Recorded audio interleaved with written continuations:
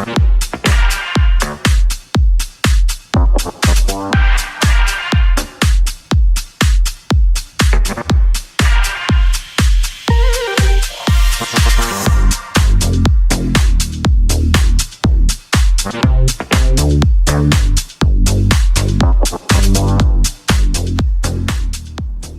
school,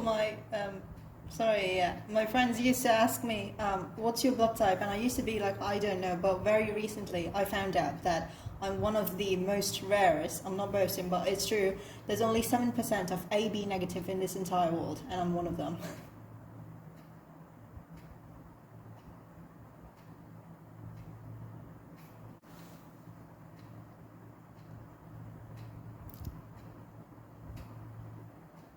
Okay, so I'd like to talk about ending the dog meat trade, which is particularly something that all of the animal rights activists around the world are concerned about these days. So that's something that I would like to bring about and to see what are your views on dog meat and the dog meat trade, and I'll add something to it.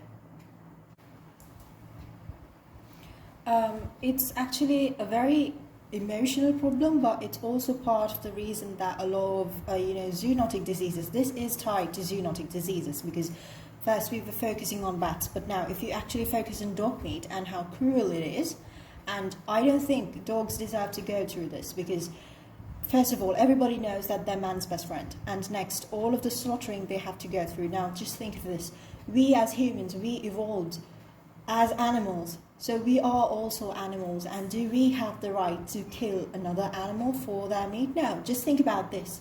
Our teeth were made to be, we are herbivores, okay? So we have to chew on like plants. But if you think about wolves, they've got these huge canines to grind bones, but not for us. So in from that point itself, you can understand that we shouldn't be eating meat. That's one thing. And dog meat, it's very cruel. And it's also, if you eat dog meat, you're at risk of getting infected by E. coli, which is very, very bad. You can get food poisoned, and you can also get rabies. That's just something that I needed to highlight. And particularly, this began in the East. So, as Easterners, it's actually not a tradition. Like, for instance, in some countries, they think it's a tradition, but it's not a tradition to eat dog meat. It's only because they were in a food shortage, which made them consume literally whatever they want. They were given the freedom to, consume whatever they want, and in the process of consuming wolves, it went down to eating dogs and now cats and lots more other animals. I think all of you know this.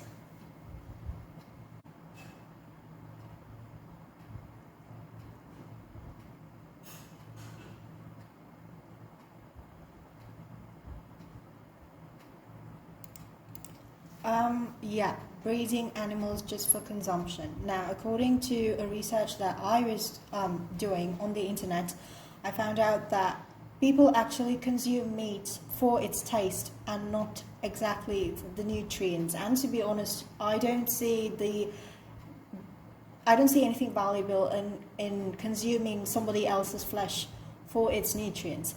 And when you're consuming it for the taste, I'm sorry, I'm not being biased or anything, but I'm saying I used to eat meat myself, but then ever since I was small, I always had this fact that I don't want to harm other creatures because they're living beings too. They get hurt. You slaughter them and you tie them up. You put them in these very small cages cramped up with the other animals on top of each other, and the conditions you see in wet markets and all of that.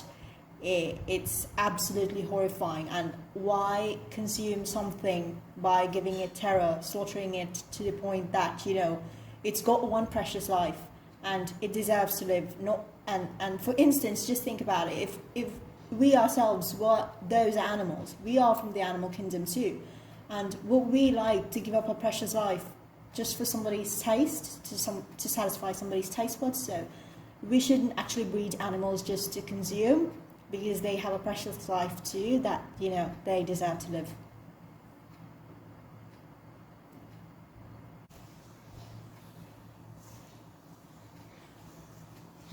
Yeah, that's exactly the thing that I wanted to get to. It's like the time when we were cavemen. we had no option.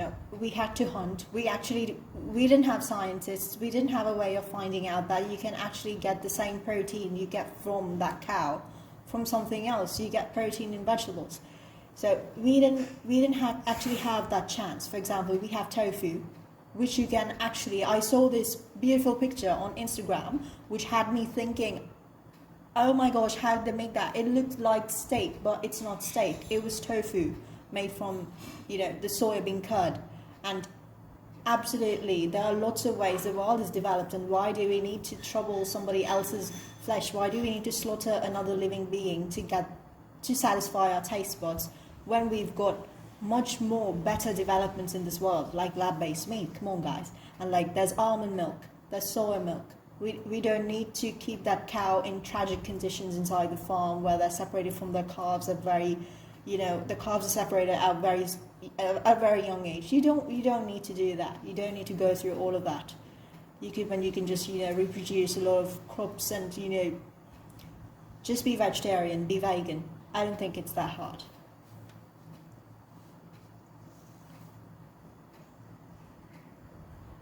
Exactly.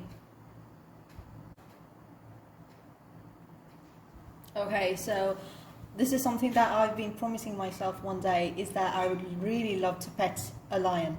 Not just a big lion. Obviously, it's going to eat me. It doesn't know me. But then you can always, keep a small lion cub. I know this is not allowed everywhere in the world, but then it's the lion. That's the animal that I've always loved. Just think about it. It's not as big as the elephant, but then just think about, he's the king of the jungle. Come on.